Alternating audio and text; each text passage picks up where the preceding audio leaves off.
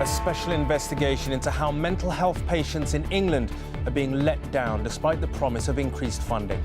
We uncover new evidence that reveals an already overstretched system doesn't have enough beds to cope. We would take anything, anywhere. Because you do. I just started punching the wall and I split all my knuckles and I was literally writing help in blood. Also on News at 10 tonight.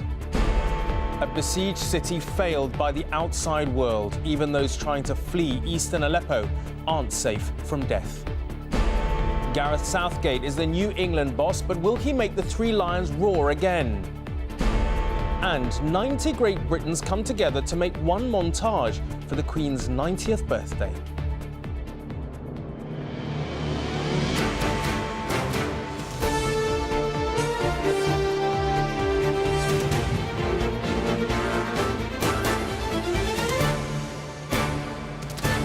This is ITV News at 10 with Raghi Omar.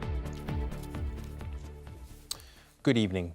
News at 10 has uncovered evidence that many mental health care trusts in England are cutting beds despite being promised £1 billion in extra government funding. More than half the trusts which answered our Freedom of Information request admitted they had reduced the number of beds available for patients with mental health needs. But far from channeling the resulting savings into community-based services, the cuts have meant that an already overstretched system is now left struggling to cope. The result is that people who urgently need an NHS bed are now being reduced to travelling hundreds of miles from home, with others turning to costly private hospitals.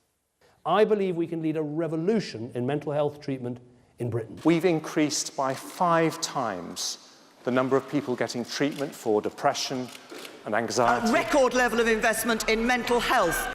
They're promises that have come thick and fast. What's slower is any sign of the money getting through. When Ollie, who's bipolar, found himself in crisis, there was no bed available, so he was left overnight in a police cell. The fear that I felt was just unbearable, so I just started punching the wall and I split all my knuckles and I was literally writing help in blood because no one would come and help me. We got in touch with all 58 mental health trusts in England. 32 replied. Of those, 60% said they had cut the number of beds, leading to a total loss of 230 beds this year from those trusts that responded. Yet they reported spending an average of £29 million on private beds when their own were full, sending patients up to 328 miles for treatment. She was so happy there, wasn't she?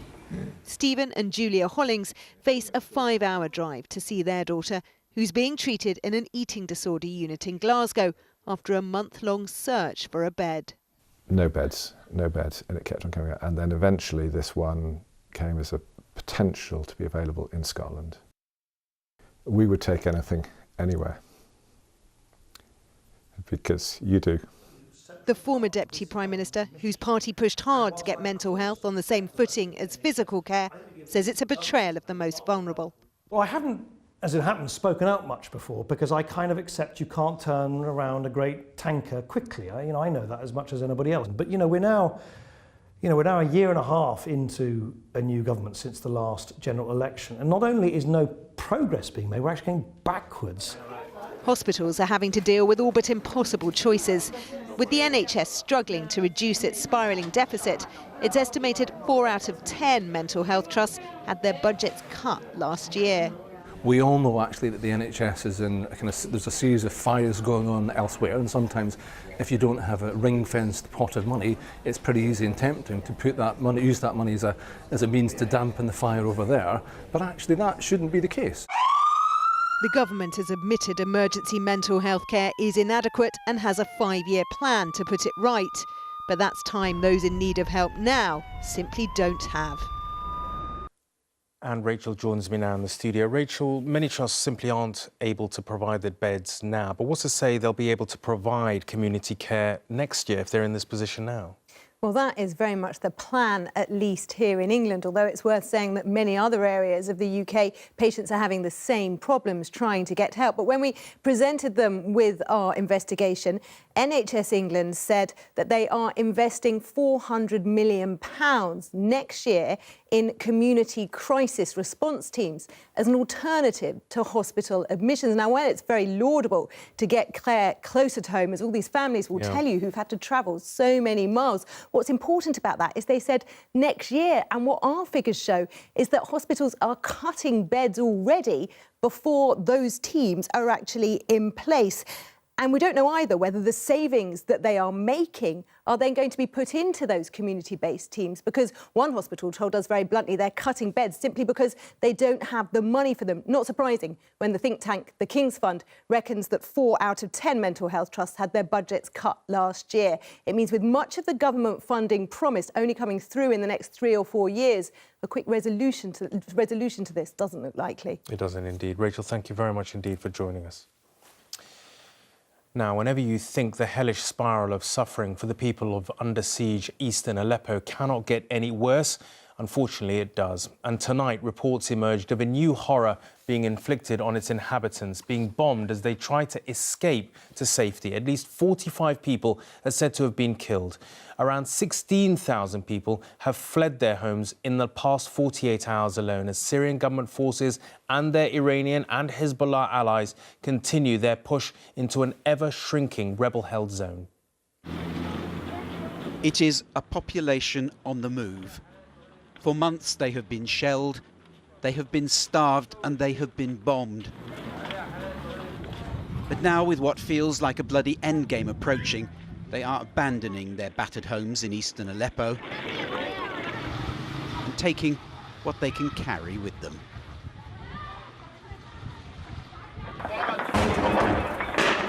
This is why, after months of stalemate, the Syrian army is closing in, with superior firepower, blasting its way into suburbs of East Aleppo that until days ago were held by rebel fighters. To avoid being caught in the crossfire of a deadly last stand, an estimated 16,000 civilians have left their homes. They are desperately trying to reach somewhere safe, but the route out of this siege is full of hazards. This young man said his family was in a group trying to slip into the west of the city when artillery targeted this road. His mother and sister were among dozens of people killed. News at 10 has seen images of the immediate aftermath of the attack that are too graphic to broadcast. At the UN Security Council tonight, frustration at Russia's continued refusal to back a resolution that would bring an immediate ceasefire. We plead with the parties and those with influence to do everything in their power to protect civilians and enable access to the besieged part of eastern Aleppo before it becomes one giant graveyard. Meanwhile, the bizarre sight of Russian troops who've been fighting alongside President Assad's government army, playing the role of liberators, distributing food and blankets as they move into eastern Aleppo. For months, these people say the same Russian military has bombed and shelled them, which explains their suspicion and their desperation to get away now. Paul Davis, News at 10. And tonight, the UN Security Council meeting continues to try to stop what France has already warned could become the worst civilian massacre since World War II. Another former footballer came forward today willing to waive his anonymity to speak of what he went through at the hands of an abuser at the heart of the game.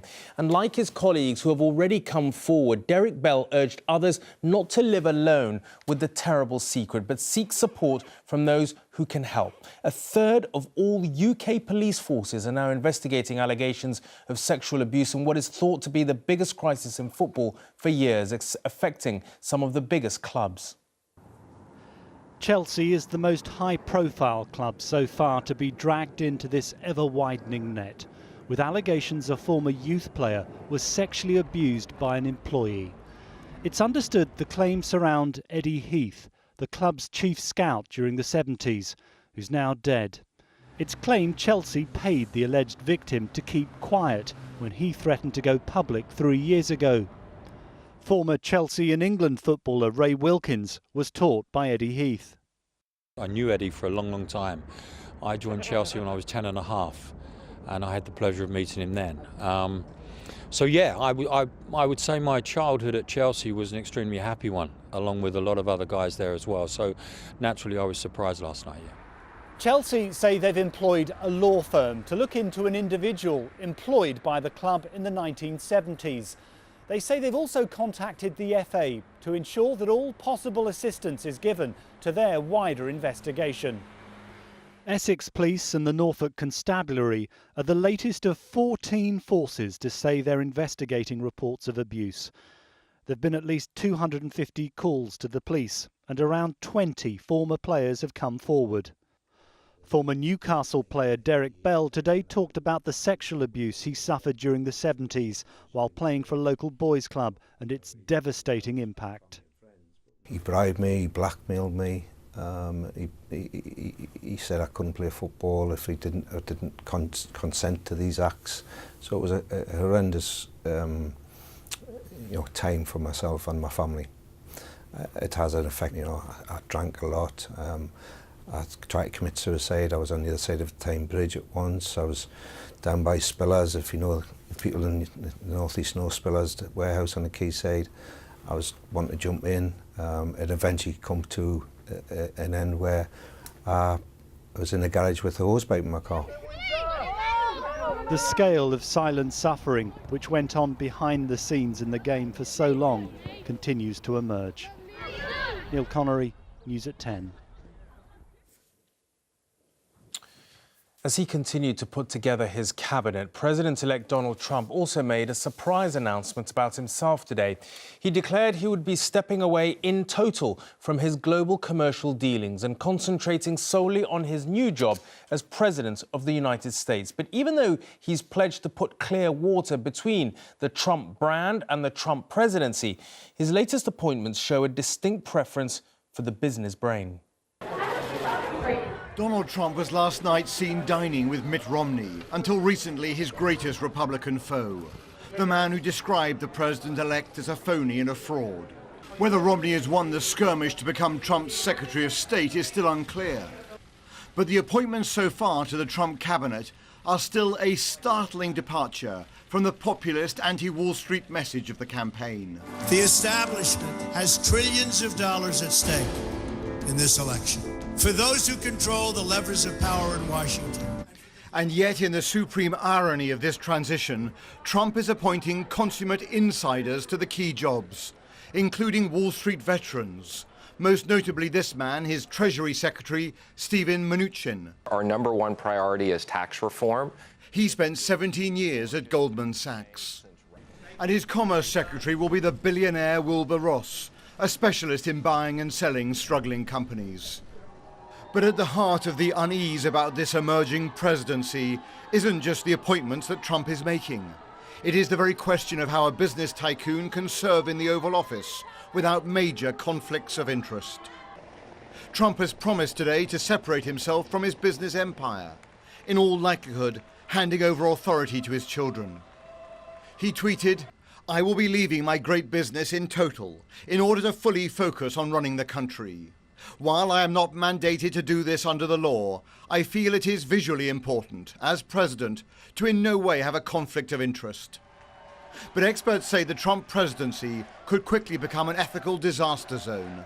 The White House is going to be a school for scandal, but he seems to be signaling he's going to let his kids manage the business. There's going to be some kind of a less formal stepping away. That's not good enough. And it's going to land us into this quagmire from day one, from before day one. It's amazing that we're talking about it now. Donald Trump owns or has a stake in an estimated 144 companies in 25 countries. Many are in politically sensitive places like Turkey, Israel, and the Philippines, nations he will of course have to deal with as president.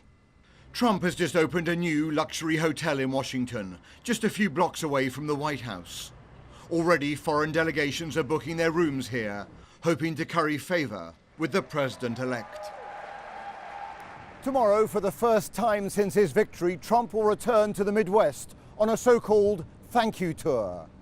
It remains to be seen whether his supporters will soon have a case of voters' remorse once they see how far he is travelling from his populist promises to be the outsider's president. Robert Moore, News at 10, Washington. Today's warning from the Governor of the Bank of England carried troubling echoes of the run-up to the last big financial crash. Mark Carney said British households are spiralling into debt at the fastest rate for 11 years, with credit card lending at record levels. And there was more evidence of financial uncertainty when one of the high street banks, RBS, failed the Bank of England's so-called stress test. Our business editor, Joel Hills, is here. Joel, let's remind ourselves, I suppose, first, what is a stress test?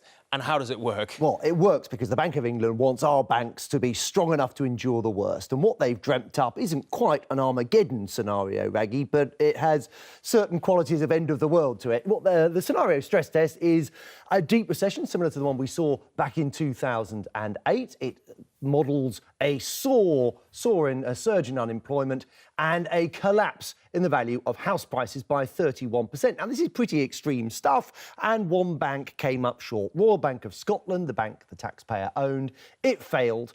All very embarrassing. It had to raise capital shortfall of $2 billion. But Mark Carney was clear that this is the exception. The general rule is our banks are robust. But the UK financial system has demonstrated its ability to dampen rather than amplify the impact on the real economy of a series of shocks.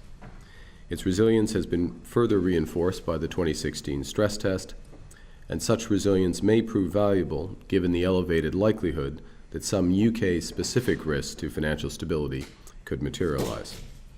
We talk about the resilience of stress tests, but just how reliable are they? Well, look, the Bank of England bases its stress tests on what's called the book value of bank assets. And sceptics will tell you, if you look at the stock market value of the various banks, Barclays, Royal Bank of Scotland, Standard Chartered, they're considerably lower than the book value. Put another way, investors don't believe the bank loans are worth what the banks say they are. And critics say the Bank of England should reflect that. That's worrying on its own right, but Carney also warned about other factors, wider factors, that could affect our economy when he's talking today. Today we got the assessment, Raggy, of the dangers that may lie ahead. Britain as a nation imports, as you know, far more than it exports. That leaves us vulnerable if foreign investment dries up. On the other side of the world, China's growth looks debt-fuelled, potentially dangerous. If a bubble bursts there, we'll be affected. Here at home, consumers are running down their savings and borrowing in a way that they haven't really since the financial crisis. Cause for concern. And I think tonight, Raggy, all eyes at the Bank of England will be on the share price. The OPEC cartel, a cartel of 14 countries that control around a third of total oil production, have decided to rein things in. The oil price immediately leapt, and when the price of oil moves up, the price of everything moves up. Now, this is early days, and OPEC may not have the muscle it thinks it is, but the objective here by the cartel is to push oil prices up. Ouch. OK, Joel, thank you very much indeed. But uncertainty is not the word you'd use to describe the state of the economy in Zimbabwe, where more street protests have erupted in a country which has been failing to make ends meet for years. The violence began after the latest attempt by Robert Mugabe's government to solve the country's deepening economic crisis. From this week, and for the first time in a decade, Zimbabwe has its own currency. But it hasn't stopped the crippling poverty which affects millions of Zimbabweans. In fact, many fear it will only make things worse. There is never an easy time to defy Robert Mugabe. His opponents have the battle scars to prove this is getting to be among the toughest. Their cars were stopped, torched and shot up by security police. They were beaten, unblooded, unlucky to live. This actually gives us more reasons why we should demonstrate against this failed and at the same time evil regime of Robert Mugabe. The protest and the crackdown is over the government's desperate answer to a crippling economic crisis. They're called bond notes. For the first time in a decade, Zimbabwe is printing its own money. Because so many people here have become unwilling citizens of a cashless society. The farms that gave these villagers work have long gone. Moses was once the paymaster of a thriving factory. Life now is a tin shack and a squatter camp. No money to send children to school. No money to feed the family. The father is not working. And there's nothing good here. Empty cooking pots, hungry children. It is hard to imagine how life might get worse for people who already have virtually nothing. But Zimbabwe is beginning a huge financial gamble, and many fear it will simply heap disaster on top of tragedy. So overnight they queue for the banks to open, hoping for some of this nation's shrinking store of US dollars, Zimbabwe's currency since the days of hyperinflation. What they get is the bond note, and the fear it will lead them back to those ruinous times. Why are you going to give us bond notes? $1 don't want any bond notes, so the situation is even getting worse. For Zimbabwe's 92-year-old leader, the coming months will tell if this is a quick fix for economic failure or a final fatal folly. But as Nati Nkube, just 1 year his junior, has never known such hard times. I have no money. I have nothing, she says. And in the village where no one works, they remember that simply printing money fills neither cooking pot nor stomach.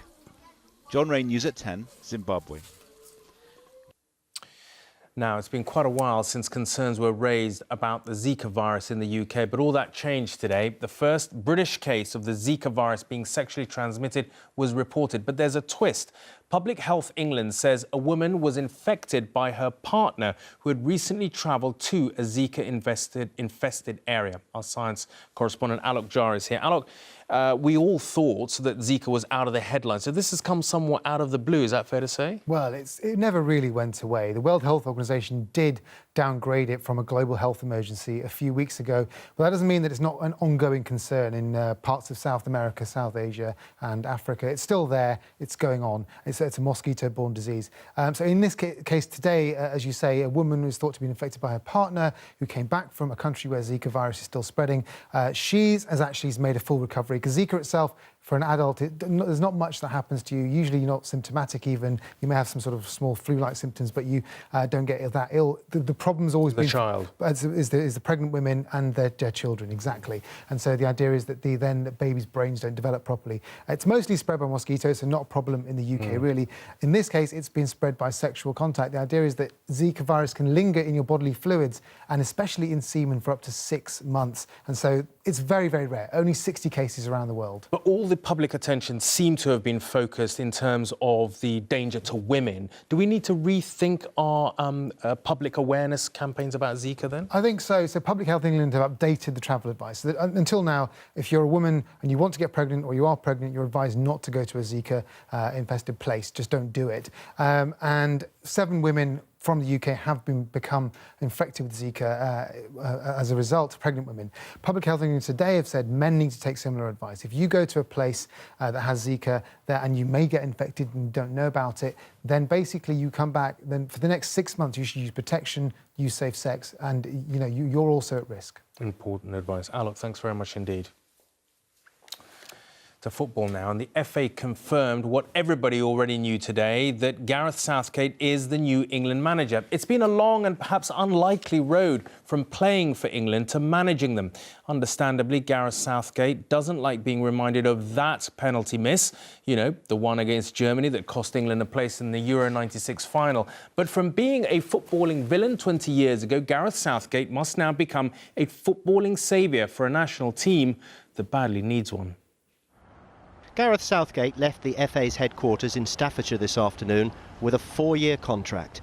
It's come for Kyle Walker, crossed in, Sturridge! He's already had some rousing moments as temporary manager, including victory over Scotland. But now it's permanent. But as he told his employer's in-house channel, this is the pinnacle.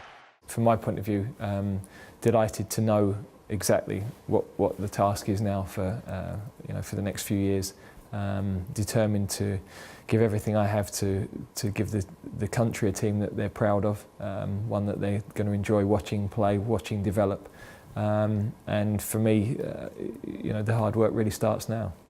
Gareth Southgate spent his club years playing for Crystal Palace, Aston Villa and Middlesbrough, and appeared internationally for England 57 times. His post-playing career saw him managing Middlesbrough and the England under-21s. But he's probably most famous for this. An infamous penalty shootout miss for England against Germany in the semi-final of Euro 96 at Wembley. Thank you, miss. It was so infamous that he and other England penalty missers even made an advertisement about it. Thanks a lot, boys. I feel much better now. Ooh, this time he's at the post. So it was ironic, or clever, that this company was holding a conference in England's hotel today. Southgate had been the only interviewee, but an impressive one. I think coming out of that, you get two things. You get great confidence that he really knows what he's talking about and he understands how to motivate players in the international setup. And then secondly, you can also see that, you know, he's still, you know, like all of us, he's still got things to learn. Well, as you can see behind me, the FA has wasted no time in telling the world that Gareth Southgate is the new permanent England manager. He'll be unveiled publicly here at Wembley tomorrow. England's next match isn't until March, and guess who it's against? Yes, Southgate's old friends, Germany. But this match will be a friendly, with no shootout, so that's good news. Ian Payne, News at 10, Wembley. Gareth Southgate could easily be forgiven for allowing himself the daydream of one day going down as a Great Britain, leading the national side out of the doldrums and into glory. But even if that does happen, it won't be in time for this. A photographic collage being mounted in honour of the Queen's 90th birthday, called 90 Great Women, making this unique birthday card. Mary Berry was chosen for the montage, snapped tonight as a Great Britain. She wasn't alone. The Who's Roger Daltrey mingled with Dame Shirley Bassey as those selected to provide a photographic legacy of Britain at its best got together for the grand unveiling. Oh, wow. 90 famous faces to mark the Queen's 90th birthday this year. Oh, but it's brilliant, Alistair. Stars who'd been assembled over the past year or so, a tumultuous time in Britain, and each of those there tonight musing over the concept of what makes Britain great. In the war, that's when when we really came out. Yeah, I agree. Everybody was so proud of us. Yeah. You know, I mean, I was 3 at the time, but that's when we are great, when we have our backs to the wall. What do you think makes a great Britain? I think it's someone surely who's proud to be in Great Britain and is loyal to the country.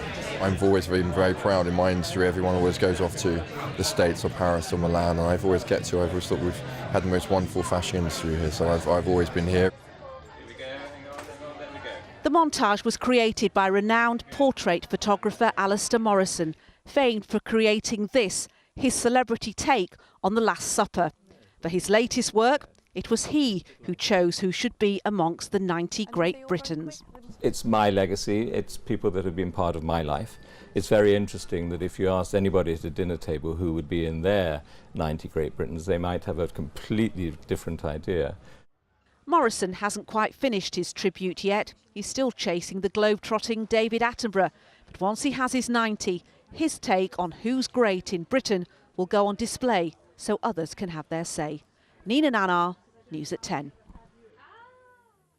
That's quite a photo. And finally, news this evening of, well, if not quite another Great Britain yet, then a new royal baby at least, and that's certainly great news for the parents. The Queen's granddaughter Zara Tindall and her husband Mike have revealed they are expecting their second child. The new baby is due in the late spring. The Queen is said to be delighted, and the couple already have a 2-year-old daughter, Mia. Before we go tonight, let's have a quick look at some of the stories likely to be in the news tomorrow. And the outgoing Chief Inspector of Schools, Sir Michael Wilshaw, gives his final assessment of the state of education in England ahead of his retirement. And the Bank of England has promised to investigate the controversy over the use of traces of animal fat in producing the new £5 note. It says it's looking at a potential solution. That's it from me and the whole team. Tom's back tomorrow. Until then, a very good night from all of us. Good night.